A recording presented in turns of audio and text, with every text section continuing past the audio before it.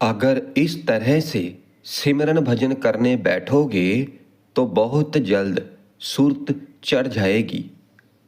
साध संगत जी, संत महात्मा महापुरुष और हमारे सतगुरु जी हमें बार बार सत्संग में फरमाते हैं और समझाते हैं कि भाई, जो परमात्मा का सच्चा नाम है तो वो हमारे भीतर है, वो कहीं बाहर नहीं है। बाहर चाहे सारी जिंदगी भटकते रहें, इधर उधर कहीं भी चले जाएं, वो कहीं नहीं मिलेगा। क्योंकि जो सच्चा नाम है तो वो तो हमारे अंतर में है और उस नाम की हमारे सतगुरु जी भक्ति करने के लिए हमें कहते हैं।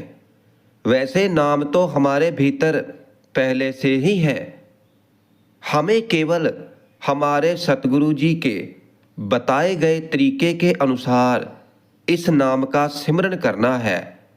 किस तरह से करना है? किस तरह से नाम का सिमरन भजन करने से हमारी सूरत ऊपर चढ़ेगी, यानी इन 9 द्वारों से निकलकर हमारी सूरत ऊपर उस 10वीं खिड़की पर 10वें द्वार पर पहुंच जाएगी। कोट नाम संसार में ताते मुक्त ना होए, आद नाम जो गुप्त है बूझे विरला कोए। इस शब्द में भी संत महापुरुष हमें यही समझा रहे हैं कि भाई, जो सच्चा नाम है, जो नाम हमारे अंदर गुप्त है, तो हमें उस नाम के साथ अपनी लिव को जोड़ना है। क्योंकि वैसे तो इस संसार में नामों की कोई कमी नहीं है, मगर जो पूरा नाम है तो वही पूर्ण परमात्मा है। और उस सच्चे नाम की, उस पूर्ण नाम की सोझी हमें बिना अपने अंतर में उतरे नहीं हो सकती। अपने अंतर में उतरे बिना हमें उसका ज्ञान नहीं हो सकता।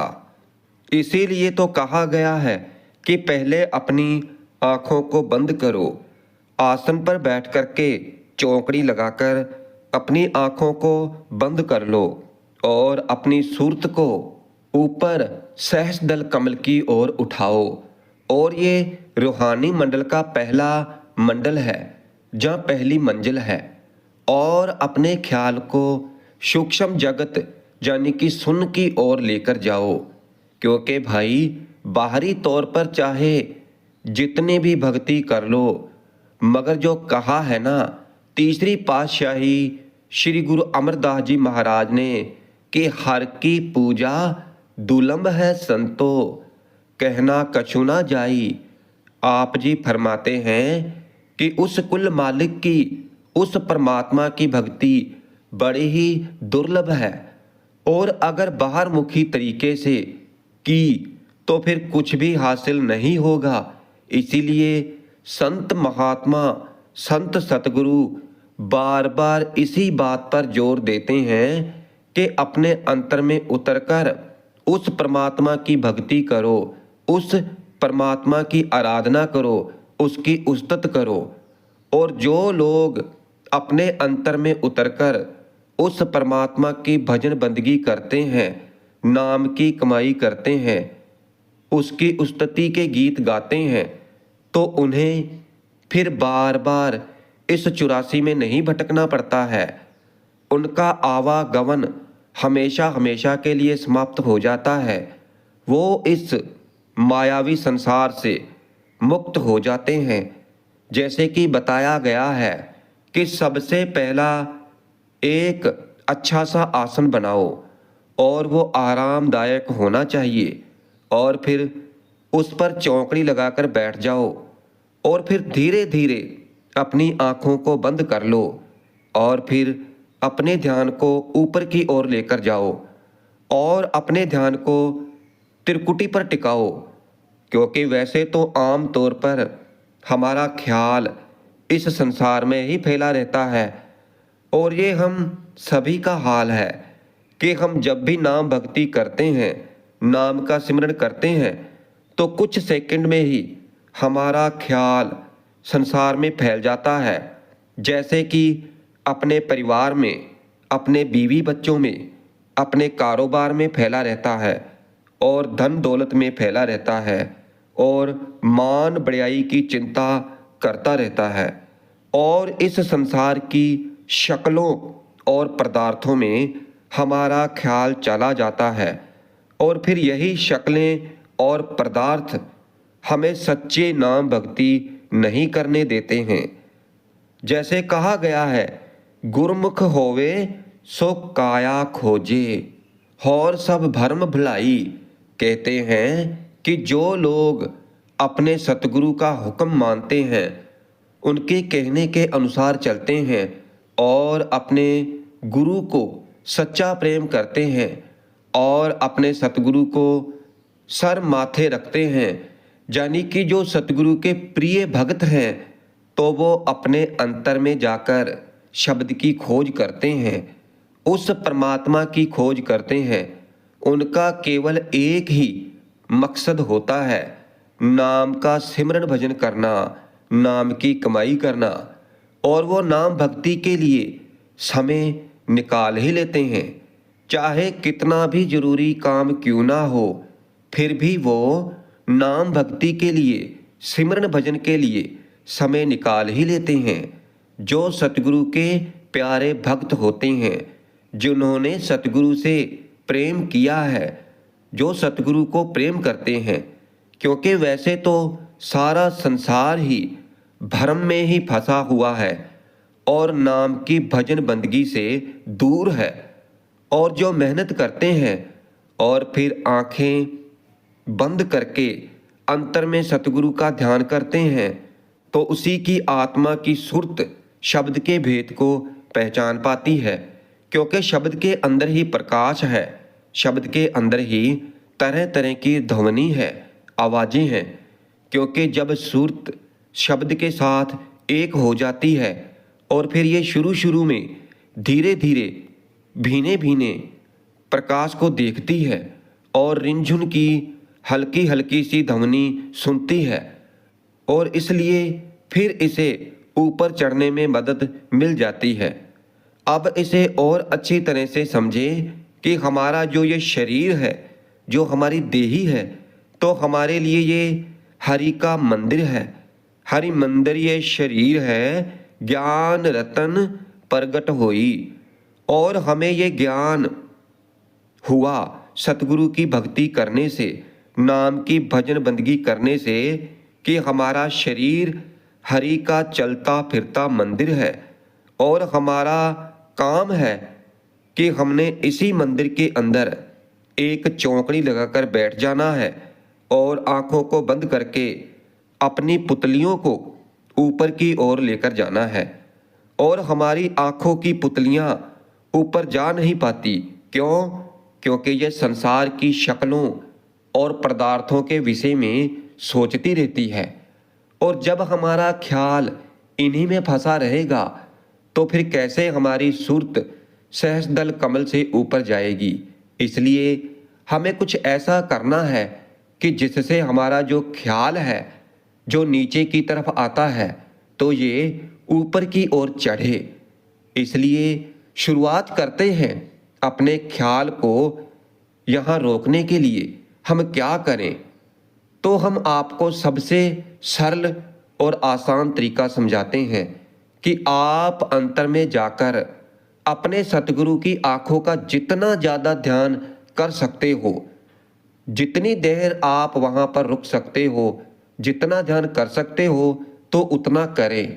आप अपने आंखों का ध्यान इस कदर करें, अपने सतगुरु की आंखों का भी आपका ध्यान इन आंखों के साथ सम्मिलित हो जाए, यानी कि उस समय अंदर संसार की याद ना आए, यानी घर परिवार की याद ना रहे, और ना ही कारोबार की याद रहे, और ना ही धन संपत्ति की याद रहे, और ना ही इस संसार की किसी और चीज की संसार की तरफ से अपने अंतर मन को खाली कर देना है, और अंतर में केवल और केवल सतगुरु की आंखों का दीदार होता रहे। जो सतगुरु की आंखों का जो पुतलियां हैं, और अपनी जो बंद आंखों की पुतलियां हैं, तो उनके साथ जोड़ो और यहाँ पर अपने मन के होठों को बंद करके चुपचाप बैठे रहो। अब हमने कहा कि मन के होठों को बंद करके, कहने का मतलब है कि जो हमारे मन के अंदर चल रहा है, जैसे कि इस संसार का ख्याल, इस संसार की शक्लें और पदार्थ, और फिर जो हम बाहर करते हैं तो फिर वही अंदर होता है, और फिर वो अंदर इतना शोर करता है कि फिर हम ऊपर चढ़ नहीं पाते। और फिर होता क्या है, हम भी उसी शोर का हिस्सा बन जाते हैं और फिर उन्हीं का ख्याल हमारे अंदर चलने लगता है और हम उन्हीं का चिंतन करते रहते हैं। इसीलिए हमने कहा था कि अपने होठों को बंद कर लो, अपने होठों को सी लो, क्योंकि परमार्थ के मार्ग में जिसने भी तरक्की की है तो उन्होंने सबसे पहले इस मन की बकबक को ही बंद किया है, यानी इस मन के होठों को ही बंद किया है। कानों को, बाहरी कानों को बंद कर लिया है और मुख को भी बंद कर लिया है। जैसे कि जो हम बाहर बोलते रहते हैं, जो बाहर हमारे कान सुनते रहते हैं, और फिर जब हम अपनी आँखें बंद करते हैं, परमात्मा का ध्यान करते हैं, नाम भक्ति करते हैं, तो फिर जो हम बकबक करते हैं तो फिर वही हमारी बातें हमारे कानों में गूंजती हैं और फिर यही बातें हमें ऊपर नहीं चढ़ने देती और फिर ना ही हमारा मन सिमरन भजन में ही लगता है और ना ही सतगुरु के स्वरूप के साथ जुड़ता है। और फिर हम जहाँ बैठे थे तो वहीं बैठे रहते हैं और फिर इसी कारण लोग तरक्की नहीं कर पाते हैं। जैसे लोग कहते हैं कि हमें काफ़ी समय हो गया है, हमें एक अरसा हो गया है नाम का सिमरन करते हुए, नाम जपते हुए, तो अभी तक हमें कुछ भी फायदा नहीं हो रहा है, ना ही हमारे अंदर कुछ परिवर्तन ही नजर आ रहे हैं। तो भाई, परिवर्तन इसीलिए नजर नहीं आ रहे क्योंकि हम मेहनत सही तरह से कर ही नहीं रहे हैं। इसलिए मेहनत सही तरह से करें, क्योंकि जब तक हमारे अंदर इस संसार का शोर है तो आप खुद ही सोचो। तुलसी साहब जी फरमाते हैं कि दिल का हुजरा साफ कर, जाना के आने के लिए, ध्यान गैरों का उठा, उसको बिठाने के लिए। आप जी कहते हैं कि भाई वो कैसे बैठेगा, क्योंकि वो तो तभी बैठेगा ना जब उसे बैठने के लिए जगह मिलेगी, क्योंकि हमने तो वहाँ पर मैं मेरी बिठा रखी है, दुनियादारी बिठा रखी है, तो फिर वो परमात्मा वहाँ कैसे बैठ सकता है। और इसीलिए जब हम ध्यान करने बैठते हैं तो हमारा ख्याल ऊपर की ओर चढ़ने की बजाय इन 9 द्वारों के जरिए बाहरमुखी हो जाता है, क्योंकि सचखंड तक पहुंचने का जो सफ़र है तो वो बहुत लम्बा है। इसलिए सबसे पहले इस मन रूपी घोड़े को लगाम लगाओ, और जब मन मान जाता है तो फिर यही मन सिमरन भजन में हमारी सहायता करता है और फिर हमारे लिए त्रिकुटी पर चढ़ना आसान हो जाता है और फिर हम सहजता से 10वें द्वार पर पहुंच जाते हैं। और फिर यहाँ पर तो कोई दुख है ही नहीं, ना ही कोई चिंता है, क्योंकि यहाँ पर तो हर तरफ परमात्मा का ही पसारा है। और फिर वहाँ पर पहुँचने पर हमें अपनी आत्मा का साक्षात्कार हो जाता है और फिर आत्मा तरह तरह की शब्द धुन सुनने लगती है।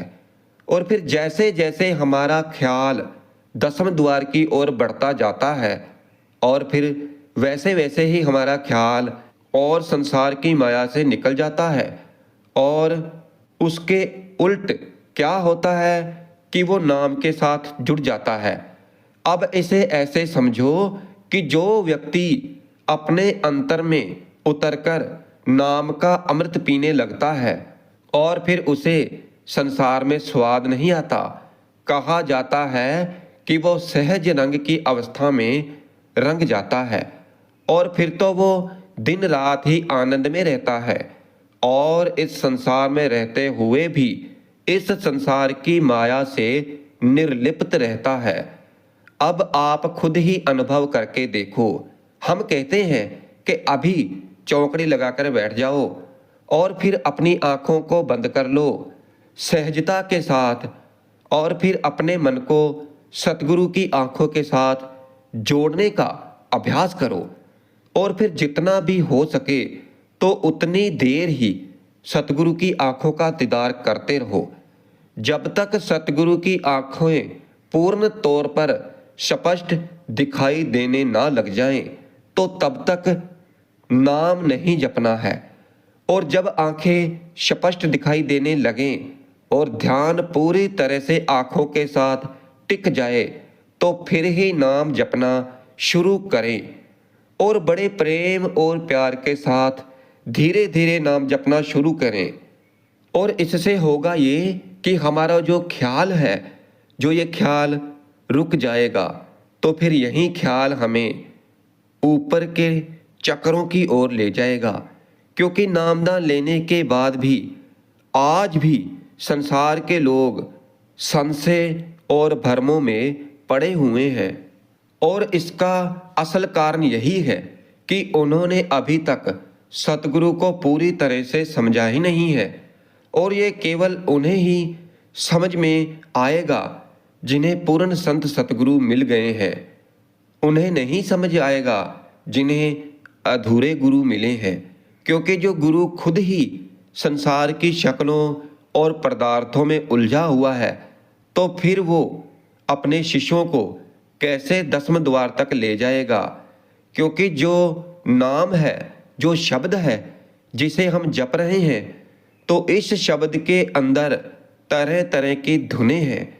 और फिर जैसे जैसे हम अभ्यास करते जाते हैं, यानी कि जैसे जैसे हम ऊपरी मंडलों पर चढ़ते जाते हैं, तो फिर ये धुनी, ये आवाज़ें हमें सुनाई देने लगती हैं। पहले रूहानी मंडल पर कौन सी आवाज़ सुनाई देती है, दूसरे रूहानी मंडल पर कौन सी, तीसरे रूहानी मंडल पर कौन सी, चौथे पर कौन सी, तो ये सभी धुनें हमें इन्हीं रूहानी मंडलों पर सुनाई देती हैं। हर धुन यानी हर रूहानी मंडल जो उसका मालिक है, उसके प्रकट होते ही ये शब्द धुन अपने आप बज उठती है। जैसे कि घुंघरू की आवाज़ के बारे में ही कहा जाए कि घुंघरू की आवाज़ सुनाई देती है। घुंघरू बाजे जो मन लागे, तौ जम कहाँ करे स्यों आगे। जब हमारा मन इस घुंघरू की आवाज़ को सही ढंग से सुनने लगता है, फिर कोई कुछ नहीं कर सकता। कोई भी काल, कोई भी जम हमारा कुछ भी नहीं बिगाड़ सकता है। और फिर हम जब और आगे बढ़ते हैं तो घंटे की आवाज़ सुनाई देती है। कहा जाता है कि घंटा जाका सुनिए चौकंठ, आसन जाका सदा बैकुंठ। आप जी कहते हैं कि क्या बैकुंठ में जाकर आसन लगाओगे? क्योंकि आसन तो यहीं लगा हुआ है, इसी जगह पर, इसी आज्ञा चक्र पर, 10वें द्वार पर आसन लगा हुआ है। हर मंदिर ये शरीर है, इसी शरीर के अंदर हमने इसी जगह पर आसन लगाया हुआ है। और फिर इसी आसन के साथ जब हमारी सुरत आगे बढ़ती है, तो फिर घुंघरू की आवाज़ के बाद इसे घंटे की आवाज़ सुनाई देती है। घंटा जाका सुनिए चौकंठ। और जब और आगे बढ़े तो फिर शंख की आवाज़ सुनाई दी। पंच शब्द निर्मले बाजे, धुलके चवर शंख घन गाजे। और फिर जब पांचों शब्द एक साथ हमारे अंतर में उतर जाते हैं, तब तो फिर ये घंटे और शंख की आवाज़ हमारे अंतर में गूंज उठती है। और फिर जब और आगे बढ़ोगे तो फिर तबले की आवाज़ सुनाई देगी। और फिर इन आवाज़ों को अंतर में जाकर सुनना है। फिर तो हमें तरह तरह की अलग अलग की आवाज़ें सुनाई देती हैं। और फिर जब हम अंतर में जाकर इन धुनों को सुनेंगे, फिर कहीं जाकर हमारी भक्ति सफल होगी, फिर ही हमारा ध्यान करना सफल होगा। इसलिए भाई मेहनत करो, सच्ची मेहनत करो, फिर ही ये आवाज़ें स्पष्ट तरह से सुनाई देगी। और ये हमने पाया है अपने ध्यान को संसार से निकालकर परमार्थ की ओर जोड़ने से। और ये सब हमने किया है इस देही के अंदर बैठकर, इस शरीर के अंदर बैठकर। और ये हरि का चलता फिरता मंदिर हमारा शरीर है। तो इसमें जब ज्ञान प्रकट हुआ, और ये ज्ञान हमें हमारे सतगुरु ने दिया है कि हर मंदिर ये शरीर है, कि इस शरीर में बैठकर उस परमात्मा की भक्ति करो। और अगर इस तरह से अभ्यास करोगे तो फिर ही हमारा कुछ बनेगा।